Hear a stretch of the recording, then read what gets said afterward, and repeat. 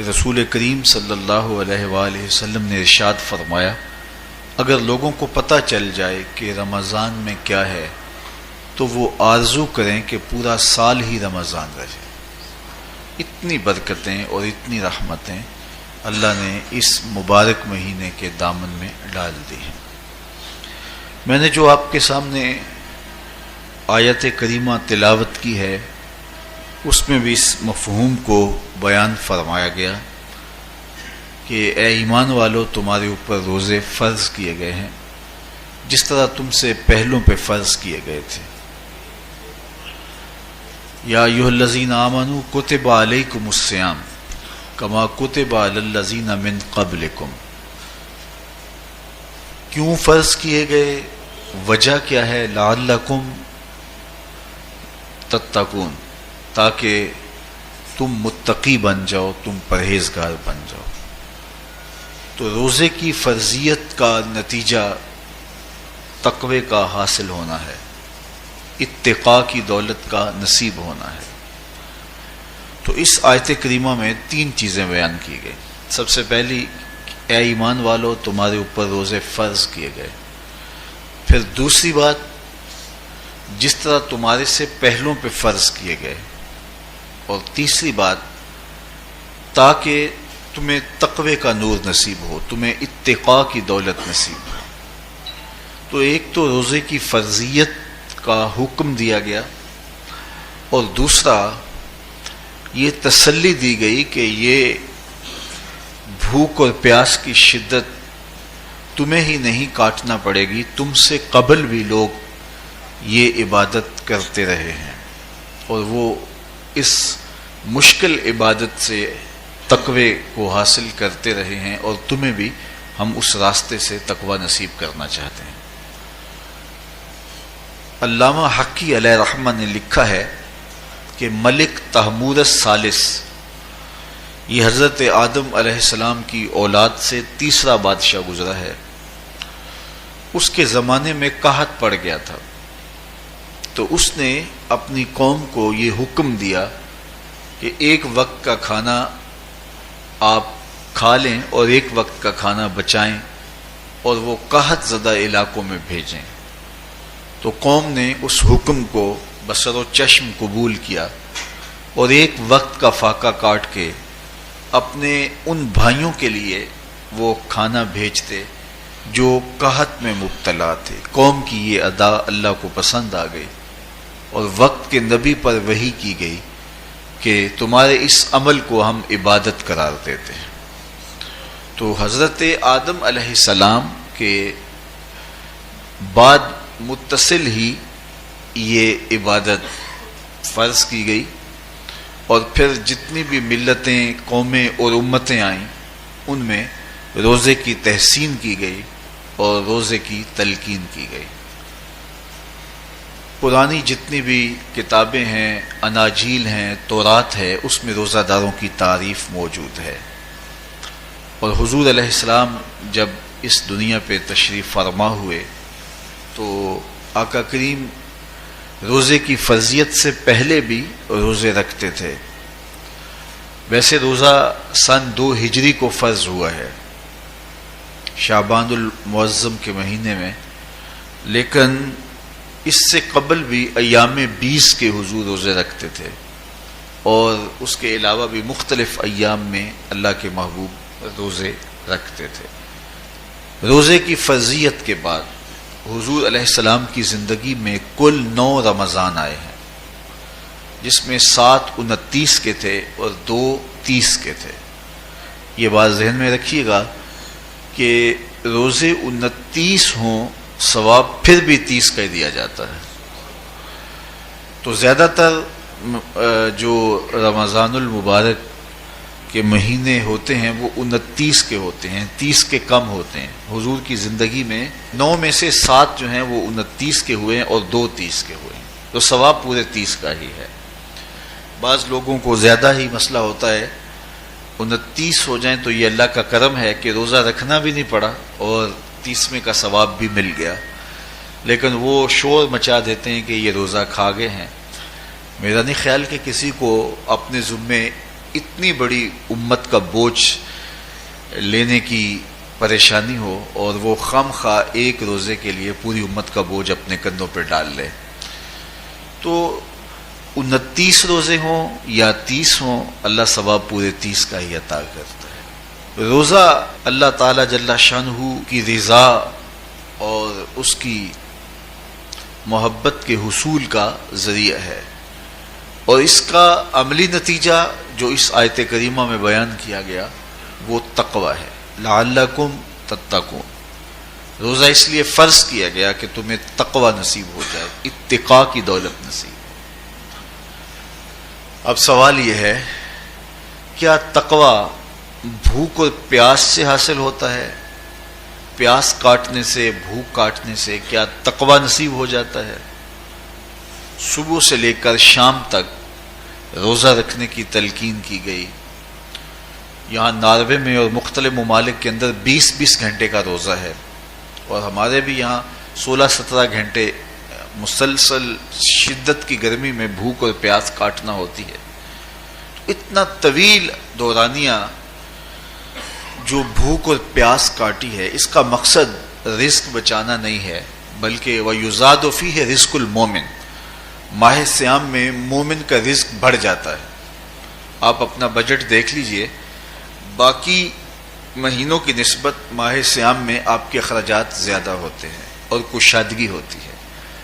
تو یہ کوئی خوراک بچاؤ مہم نہیں ہے، بلکہ رزق تو بڑھ جاتا ہے، لیکن اس کے باوجود 20 گھنٹے، 17 18 گھنٹے پیاس اور بھوک کاٹنا، اس کا کوئی مقصد ہے تو وہ مقصد قرآن نے بیان کیا کہ اس کے نتیجے میں تمہیں اتقاء کی دولت ملے گی، تمہیں تقوی کا نور نصیب ہوگا. سوال یہ کھڑا ہوا، کیا بھوک اور پیاس کاٹنے سے تقوی مل جاتا ہے؟ تو اس کو سمجھنے کے لیے ایک مختصر تمہید سمجھنا ہوگی، اور وہ یہ کہ ہمارے 2 دشمن ہیں جو ہمیں جادہ مستقیم سے ہٹانے کے لیے دن رات کوشاں ہیں. ایک شیطان اور دوسرا نفس. یہ 2 دشمن ہیں جو ہماری متاع عمل، ہمارا خلوص، ہماری للہیت، ہمارا باطن لوٹنے کے لیے ہر وقت مستعد اور فعال رہتے ہیں. اب ان 2 دشمنوں سے ہمارے تنہا ناتواں وجود کا مقابلہ ہے، اور ان میں سے جو بڑا دشمن ہے وہ نفس ہے، کیونکہ شیطان نے جب انکار سجدہ کیا تو ہم تو یہ کہتے ہیں کہ ہمیں شیطان نے بہکا دیا، لیکن شیطان نے جب انکار سجدہ کیا اور خود بہک گیا تو اس وقت کوئی دوسرا شیطان تو نہیں تھا جس نے شیطان کو بہکایا، وہ نفس تھا جس نے شیطان کو شیطان بنایا. اس نے اندر سے کہا انا خیر منہ، میں بہتر ہوں. تو یہ انانیت جو تھی، انا خیر منہ، اس نے اس کو بہکایا. تو شیطان کو شیطان بنانے والا نفس ہے، تو نفس شیطان سے بھی بڑا دشمن ہے. ایک بزرگ تھے، وہ ساری زندگی اپنی زبان پہ انا کا لفظ نہیں آنے دیتے تھے. اس مفہوم کو بیان کرنا ہوتا تو وہ با الفاظ دیگر بیان کرتے. میں کا لفظ، انا کا لفظ وہ اپنی زبان پہ ساری زندگی انہوں نے جاری ہی نہیں ہونے دیا. کہتے تھے اس لفظ نے شیطان کا بیڑا غرق کر دیا، تو میں یہ لفظ زبان پہ آنے نہیں دوں گا. اچھا، بندے بھی بڑے عجیب ہوتے ہیں. کسی نے کہا لو ان کی زبان پہ یہ لفظ آتا کیوں نہیں، میں جاتا ہوں اور ان کی زبان پہ یہ لفظ آئے ہی آئے. چلے گئے. بزرگ تشریف فرما تھے، نماز کا وقت قریب ہو رہا تھا. حضرت ایک مسئلہ پوچھنے آیا ہوں. کہا پوچھیے. شیطان کو کس چیز نے برباد کیا؟ حضرت آپ تو بولیں گے کہ میں نے، آنا نے. تو کہوں گا جیسے بھی ہوا ان کے زبان پہ لفظ میں تو آ ہی گیا نا. تو وہ بزرگ بھی بڑے سیانے تھے، اس کی نیت کا کھوٹ سمجھ گئے. فرمانے لگے بیٹا نماز کا وقت ہو گیا ہے، نماز پڑھ لیتے ہیں پھر اس پہ بات ہوتی ہے. نماز ہوئی، سلام پھرا تو خود ہی فرمانے لگے کسی نے کہا تھا کہ شیطان کو کس چیز نے برباد کیا، جواب دینا چاہ رہا ہوں کس نے پوچھا تھا. جھٹ کھڑا ہو گیا، میں نے. کہا اسی چیز نے اس کا بیڑا غرق کر دیا. تو جو نفس تھا وہ شیطان کو شیطان بنانے والا ہے. تو ہمارے ساتھ نفس بھی لگا ہوا ہے، ہمارے پیچھے شیطان بھی لگا ہوا ہے. شیطان بھی بڑا مکار دشمن ہے، چھوٹا دشمن یہ بھی نہیں ہے. یہ ہماری متاع عزیز کو، متاع ایمان کو، متاع عمل کو، متاع خلوص کو لوٹنے کے لیے دن رات مستعد اور فعال رہتا ہے. اللہ کے محبوب نے فرمایا الشیطان جاسم علی قلب ابن آدم فاذا ذکر اللہ خانس واذا غفل وسوس. شیطان اولاد آدم کے دل پہ قبضہ جما کے بیٹھ جاتا ہے. جب یہ اللہ کا ذکر کرتا ہے تو بھاگ جاتا ہے، اور جب یہ اللہ کے ذکر سے غافل ہوتا ہے تو یہ وسوسہ اندازی کرتا ہے. تو شیطان اولاد آدم کے دل پہ قبضہ جماتا ہے. اسے پتہ ہے کہ دل قابو میں آ گیا تو پورا بدن قابو میں آ گیا، چونکہ میرے اعضائے بدنیاں میرے دل کے تابع ہیں. موسم اچھا ہے، رت سہانی ہے، صحن چمن میں پھول کھلے ہیں، لیکن میرا دل نہیں چاہ رہا تو ٹانگیں جنبش ہی نہیں کریں گی. مرغن غذائیں سامنے پڑی ہیں اور آپ کا تقاضا ہے کہ جناب لے لیجئے، لیکن میرا جی نہیں چاہے گا تو ہاتھ جنبش نہیں کریں گے. آسمان ستاروں اور کہکشاؤں سے بھرا ہوا ہے، جی نہیں چاہے گا تو نظر نہیں اٹھے گی. آپ سماعتیں بچھائے بیٹھے تھے، جی نہیں چاہے گا زبان نہیں بولے گی. تو پورے آزاد دل کے تابع ہیں، اور اگر دل شیطان کے تابع ہو گیا، اس کے ہتھے چڑھ گیا، تو پھر اعضاء وہی کریں گے جو شیطان چاہے گا. اور اگر یہ دل مالک کی محبت سے سرشار ہوگا تو پھر دل جو چاہے گا وہی اعضاء کریں گے. تو دل اللہ کی نافرمانی کی چاہت ہی پیدا نہیں ہونے دے گا، تو اعضائے بدنیاں کا رخ بھی اللہ کی رضا کے حصول کے لیے ہوگا. تو شیطان بھی قبضہ دل پہ جماتا ہے اور دل کو قابو میں کر کے حضرت انسان کا بیڑا غرق کرتا ہے. اللہ تعالیٰ کا کرم یہ ہوا اذا جاء رمضان سلسلۃ الشیاطین. اللہ کے محبوب علیہ السلام ارشاد فرماتے ہیں جب ماہ صیام آتا ہے تو شیاطین جکڑ دیے جاتے ہیں، جنت کے دروازے کھول دیے جاتے ہیں، جہنم کے دروازے بند کر دیے جاتے ہیں. اب ہمارے دو دشمن تھے، ایک نفس اور دوسرا شیطان. دونوں کے مقابلے میں ناتواں اور کمزور جان کو مقابلے میں آنا پڑتا تھا. لیکن جب ماہ صیام آیا، یہ ماہ انور آیا، تو ہمارے دو دشمنوں میں سے ایک دشمن باندھ دیا گیا. اب ہمارا مقابلہ صرف ایک دشمن سے رہ گیا. دیکھیے ماہ رمضان آتا ہے تو مسجدوں کے در کشادہ ہو جاتے ہیں، لوگوں کا رجحان دین کی طرف ہوتا ہے. جو 5 نمازیں بھی نہیں پڑھتے ہوتے ان کو تراویح میں بھی کھڑا ہوتا دیکھتے ہیں. اہتمام ہوتا ہے، نیکی کا، صدقہ و خیرات کا ماحول پیدا ہوتا ہے. ایسا کیوں ہے؟ کہ شیطان بند گیا. لیکن اس کے باوجود نظر بھٹک رہی ہے، خیالوں میں آوارگی ہے، اور رشوت کا بازار گرم ہے. کیوں؟ کہ ابھی نفس موجود ہے. تو نیکی کا جو ماحول پیدا ہوا یہ شیطان کے بند جانے کی وجہ سے، اور برائی کا ماحول اب بھی موجود ہے یہ نفس کے موجود ہونے کی وجہ سے. تو ہمارے دو دشمن ہیں جو ہمیں زیادہ مستقیم سے ہٹاتے ہیں، ایک شیطان اور دوسرا نفس. اب جب ماہ صیام آیا تو شیطان باندھ دیا گیا. اب ہمارا مقابلہ صرف نفس سے ہے، اور یہ نفس شیطان سے بھی بڑا دشمن ہے. شیطان کو شیطان بنانے والا نفس ہے، اور وہ ہمارے ساتھ جڑا ہوا ہے. ماہ صیام میں شیطان تو بند گیا لیکن نفس نہیں بندھا. اب ہمیں اپنے نفس کو کمزور کر کے اور اپنی فتح حاصل کرنی ہے اور تقوی کی منزل کو پانا ہے. اب شیطان تو اللہ نے باندھ دیا، اب نفس کو کیسے باندھیں؟ تو آئیے نفس کی بندش کیسے ہوگی یہ کسی ایکسپرٹ سے پوچھیں گے کہ یہ کیسے اس کو باندھیں گے، اس کو کیسے قابو میں کریں گے. تو کسی ایسے شخص سے پوچھیں جو اس شعبے کا ماہر ہو. تو علامہ اقبال کے مرشد ملا جلال الدین رومی علیہ رحمہ کہتے ہیں آؤ تمہیں میں ایک معالج کا پتہ دیتا ہوں جو تمہیں اس بیماری کا علاج بتائے گا اور اس کی بندش کے طریقے بتائے گا. شیخ رومی علیہ رحمہ فرماتے ہیں ہفت شہر عشق را اتار گشت ما ہنوز اندر خم یک کوچام. عشق کے 7 شہر شیخ فرید الدین اتار گھوم چکے ہیں، اور میرے جیسا شخص عشق کے پہلے شہر کی پہلی گلی کے کونے پہ کھڑا ہے. اب اندازہ کیے کہ جن کا پتہ حضرت ملا جلال الدین رومی دے رہے ہیں وہ کس بلند مرتبے پہ فائز المرام ہے. فرمایا کہ وہ عشق کے 7 شہر گھوم چکے ہیں اور میں پہلے شہر کی پہلی گلی کی نکر پہ کھڑا ہوں.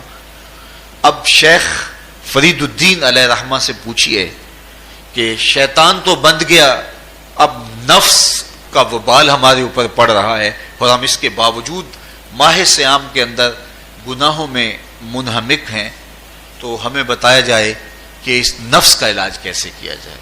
ہمیں آپ کا پتہ بتایا گیا ہے۔ تو شیخ فرید الدین عطار بولے، نفس نتواں کشت الا باسے چیز، باتو گوئم یاد گیرش اے عزیز۔ نفس نہیں مرتا، لیکن اگر 3 اسلحے تیرے پاس ہوں تو یہ ٹھہر بھی نہیں سکتا۔ وہ 3 اسلحے کون سے ہیں؟ خنجر خاموشی و شمشیر جو، نیزائے تنہائی و ترک ہجو۔ خاموشی کا خنجر، بھوک کی تلوار اور تنہائی کا نیزہ، یہ 3 اسلحے ایسے ہیں، اگر تو یہ لے کر کے نفس پہ ٹوٹ پڑے تو پھر نفس کا مقابلہ تیرے لیے آسان ہوگا۔ خنجر خاموشی، خاموشی کا خنجر، اللہ کے محبوب علیہ السلام نے فرمایا من صامت نجا، جو خاموش ہو گیا وہ نجات پا گیا، کیونکہ انسان کی زندگی کی زیادہ آفتیں اس کی زبان کی وجہ سے ہیں۔ آپ اپنے گناہوں کا اور میں اپنے گناہوں کا اگر احتساب کروں تو ہمیں سب سے زیادہ گناہ زبان کے ملیں گے۔ آنکھیں بھی گناہ کرتی ہیں، ہاتھ بھی گناہ کرتے ہیں، پاؤں بھی گناہ کرتے ہیں، لیکن سب سے زیادہ گناہ زبان کرتی ہے۔ جھوٹ بھی بولتی ہے، غیبت بھی کرتی ہے، شکوہ بھی کرتی ہے، گالی سب و شتم اور کیا کچھ زبان کے گناہ ہیں۔ اسی لیے اللہ کے محبوب نے فرمایا جو تمہارے 2 جبڑوں کے درمیان ہے، یعنی زبان، اور 2 ٹانگوں کے درمیان ہے تمہاری پارسائی کی جگہ، تم ان 2 چیزوں کی مجھے ضمانت دے دو، میں محمد تمہیں جنت کی ضمانت دے دیتا ہوں۔ تو انسان کے سب سے زیادہ گناہ زبان کے ہیں اور اس کی پارسائی کی جگہ کے۔ تو اس لیے میرے حضور نے فرمایا من صمت نجا، جو خاموش ہو گیا وہ نجات پا گیا۔ خنجر خاموشی، خاموشی کا خنجر نفس کشی کا ایک مؤثر ذریعہ ہے۔ اور دوسری بات بشمشیر جو، اور بھوک کی تلوار، تو بھوک سے نفس کا مقابلہ کیا جا سکتا ہے، بھوک کی تلوار سے نفس کا سر کاٹا جا سکتا ہے۔ اللہ کے محبوب کا فرمان سنیے، یا معاشر الشباب من استطاع منکم الباء فلیتزوج فإنہ اغض للبصر واحسن للفرج فمن لم یستطع فعلیہ بالصوم فإنہ لہ وجاء۔ اے جوانوں کے گروہ، تم میں سے اگر کوئی نکاح کرنے کی طاقت رکھتا ہے تو وہ دیر نہ کرے، فی الفور نکاح کر لے، یہ نظر کا اور پارسائی کا محافظ ہے۔ لیکن اگر تم میں سے کوئی نکاح کرنے کی فی الحال پوزیشن میں نہیں ہے تو وہ کثرت کے ساتھ روزے رکھے۔ روزے قاطع شہوات ہیں، تو بھوک سے نفس کو جو ہے وہ روکا جا سکتا ہے، اس کو لگام ڈالی جا سکتی ہے۔ تیسری بات نیزہ تنہائی، تنہائی کا نیزہ، تو فرمایا گیا کہ العافیت فی العزلہ، کہ تنہائی کے اندر ہی عافیت ہے۔ جب مجلسوں میں غیبت کی بدبو پھیلتی ہو اور چغلی کا ماحول معاشرے کا جزو لا ینفک بن جائے اور مجالس کے اندر نظروں کی پاکیزگی کا قائم رہنا مشکل ہو جائے اور انسان کی زندگی کے اندر گناہوں کا بہت بڑا سبب مجلسی زندگی ہو تو پھر اس سے تنہائی بہتر ہے۔ حضرت شاہ نقشبند بخاری فرماتے ہیں کہ فقیر کے لیے سب سے اچھی جگہ اللہ کا گھر مسجد ہے، یا کسی کامل صالح شخص کی صحبت ہے، اور یا پھر تنہائی ہے۔ چوتھی جگہ ہلاکت کے علاوہ اور کچھ نہیں ہے۔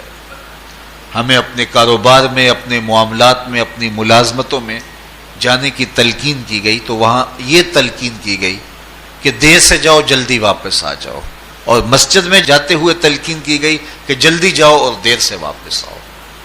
لیکن ہم مسجد کے دروازوں پہ جب دور موجود میں رش دیکھتے ہیں کہ لوگ بہت جلدی نکلنا چاہتے ہیں، حتیٰ کہ کندھوں سے کندھے ٹکرا رہے ہوتے ہیں کہ جلدی سے باہر نکل جائیں، حالانکہ وہ عافیت کی جگہ ہے، 2 منٹ زیادہ بھی ہو جائیں تو کوئی حرج نہیں ہے۔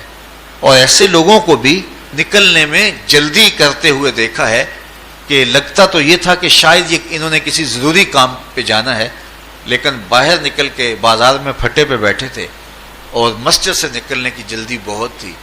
تو مسجد میں جلدی جاؤ اور دیر سے واپس آؤ، اور بازار میں دیر سے جاؤ اور جلدی واپس آؤ، لیکن ہمارے رویے اس کے برعکس ہو گئے۔ تو تنہائی میں عافیت ہے، خاموشی میں عافیت ہے، اور بھوک میں عافیت ہے۔ اور یہ ساری چیزیں روزے میں میسر ہیں. فرمایا تم سے اگر کوئی شخص الجھے، بحث کرے، لڑائی کرنا چاہے تو تم اسے کہو انی صائم، میں نے روزہ رکھا ہوا ہے. اسی طرح جو ہے وہ روزے سے آپ کو یکسوئی ملے گی، قرآن مجید کی تلاوت کا ماحول ہوگا اور تم بھوک کاٹو گے. اور یہ تینوں چیزیں تمہارے نفس کو کمزور کرنے والی ہیں. شیطان بند گیا، نفس کمزور ہو گیا. اور جب نفس کمزور ہو گیا، کمزور ہوتا ہے، یہ نفس مرتا نہیں ہے. یہ تو کوئی ہے باج فقیراں کسے نہیں ماریا، باہو ظالم چور اندر دا. یہ اندر والا چور جو ہے وہ اتنی آسانی سے قابو آتا ہی نہیں ہے. یہ پھر سر اٹھا لیتا ہے. اس کو جتنا کچلو، یہ کچھ عرصے کے بعد تھوڑی سی خوراک ملتی ہے تو پھر سر اٹھا لیتا ہے. حضرت باجید بستامی کہتے ہیں میں نے اپنے نفس کو ایک دن کہا کہ میں تجھے خوراک بھی نہیں دیتا اور تو پھر بھی موٹا تازہ ہے. تو میرے نفس نے مجھے کہا کہ اے بایزید، جب تم بازار سے گزرتے ہو تو لوگ انگلیاں اٹھا اٹھا کہتے ہیں یہ بایزید جا رہا ہے، یہ بایزید جا رہا ہے، تو مجھے میری غذا اور خوراک اس سے مل جاتی ہے. تو یہ خوراک ہوتی ہے نفس کی. تو نفس بہت ظالم ہے اور ساری زندگی اس سے لڑتے ہوئے گزرتی ہے. وہ کسی نے کہا تھا نا، تمام عمر طوفان سے کھیلتے گزری، نیا کے ڈوبنے کا ڈر بھی رہا. تو یہ ساری زندگی اس طرح ٹکراتے ہوئے سے گزرتی. لیکن جب کمزور ہو جائے تو پھر یہ شیطان کو جو ہے وہ موقع نہیں دیتا. لیکن اگر نفس اگر ماہ صیام میں ہمارا کمزور نہ ہوا، صرف ہم نے بھوک ہی کاٹی اور باقی اپنے معمولات وہی رکھے، تو میرے حضور نے فرمایا جس نے جھوٹ اور برے کام نہیں چھوڑے اور جھوٹے کام ترک نہیں کیے، اس کے بھوکا اور پیاسا رہنے کی اللہ کو کوئی ضرورت نہیں ہے. روزہ تو ایک مشق تھی، یہ تو باطن کی تطہیر کا ایک ذریعہ تھا، یہ تو من کی تہذیب کا ایک ذریعہ تھا، یہ تو نفس کی شر سے اپنے آپ کو بچانے اور شیطان کے مکر و فریب سے بچانے کا ایک ذریعہ تھا. دیکھیے شیطان بند جاتا ہے ماہ صیام میں، حدیث واضح ہے، لیکن نفس موجود رہتا ہے. اگر نفس کمزور ہو گیا تو شیطان چھٹ کے بھی کچھ نہیں کرے گا، کیونکہ شیطان باہر کا دشمن ہے، نفس اندر کا دشمن ہے. جب تک اندر والا دشمن ساتھ نہیں دیتا، باہر والا دشمن کچھ نہیں کر سکتا. ہمارے دیہاتوں میں چوری ہو جائے تو بوڑھے بزرگ سر جوڑ کے بیٹھ جاتے ہیں کہ چور کہاں سے آیا، کیسے آیا. تو ایک نقطے پہ سارے متفق ہوتے ہیں کہ اندر کا کوئی بھیتی ضرور موجود ہے. اگر اندر کا کوئی بھیتی موجود نہیں ہے تو چور باہر سے آ کے حملہ آور ہو ہی نہیں سکتا ہے. تو شیطان باہر کا چور ہے، نفس اندر کا بھیتی ہے. اور اگر یہ اندر والا باہر والے کا ساتھ نہ دے تو شیطان انسان پر حملہ آور ہو ہی نہیں سکتا. اس لیے اس کو قابو کر لیں، اس کو رام کر لیں، تاکہ شیطان چھٹنے کے باوجود بھی جو ہے وہ ہمارے اوپر حملہ آور نہ ہو سکے. ورنہ وہ تو پیچ و تاب کھا رہا ہے کہ یہ جو تم نمازیں پڑھتے ہو، سروں پہ ٹوپیاں تم نے پہنی ہیں اور بڑے شریف بن کے مسجد میں جا رہے ہو، ذرا چھٹ لوں عید کے دن ہی جو ہے وہ تمہارا سارا کیا دھرا برباد نہ کیا تو مجھے شیطان نہ کہنا. تو وہ سب کچھ برباد کر دیتا ہے اگر ہمارے نفس کی تہذیب نہیں ہوتی. تو یہ اللہ نے ایک ہمیں موقع دیا ہے، پورا ایک مہینہ ہے، ایک ورکشاپ ہے باطن کی تطہیر کے لیے اور ایک اندر کی پاکیزگی کے لیے ہمیں ایک موقع فراہم کیا گیا ہے، اور اس سے ہم بھرپور فائدہ حاصل کریں. قرآن مجید کی کثرت کے ساتھ تلاوت، صلاۃ التراویح میں شمولیت اور خاموشی کا اختیار کرنا، اور جو ہے وہ اللہ کے ذکر فکر کی طرف متوجہ رہنا اور بھوک کاٹنا. اس کا عملی نتیجہ یہ ہوگا کہ اتقاء کی دولت نصیب ہوگی. دیکھیے ماہ صیام میں ہمیں ان کاموں سے بھی روک دیا گیا جو کہ کام جائز تھے، کھانا پینا اور جو ہے وہ اپنی منکوحہ سے جنسی تعلق. یہ تو وہ امور تھے کہ جو جائز تھے، مشروع تھے، لیکن اوقات روزہ میں ان جائز کاموں سے بھی ہمیں روک دیا گیا. اس فلسفے کو ہمیں سمجھنا ہوگا کہ جو کام شریعت میں جائز تھے، مشروع تھے، روزہ ان سے بھی رک جانے کا نام ہے. اور جو چیزیں شریعت میں جائز ہی نہیں ہیں، جھوٹ بولنا ہے، غیبت کرنا ہے، بد نگاہی ہے اور دیگر برے اعمال ہیں، تو یہ چیزیں تو روزہ نہ بھی ہو پھر بھی ناجائز ہیں. تو جو چیزیں جائز تھی روزے میں ان سے بھی منع کر دیا گیا، اور جو چیزیں ناجائز ہیں تو اگر کوئی شخص ان چیزوں سے نہیں رکتا تو پھر اس نے روزہ کیا رکھا. ایک بندہ بھوک کاٹتا ہے لیکن جھوٹ بولتا ہے، ایک بندہ پیاس کاٹتا ہے لیکن غیبت کرتا ہے، ایک بندہ صبح سے شام تک نہ کچھ کھاتا ہے نہ کچھ پیتا ہے لیکن رشوت لیتا ہے، پھر مجھے بتائیے اس نے روزہ کیا رکھا؟ روزہ تو ایک مشق تھی کہ جو چیزیں جائز تھی ان سے بھی منع کر دیا گیا، ان سے بھی روک دیا گیا، اور جو ناجائز تھی وہ تو پہلے ہی ناجائز تھی، روزے کے بغیر بھی ناجائز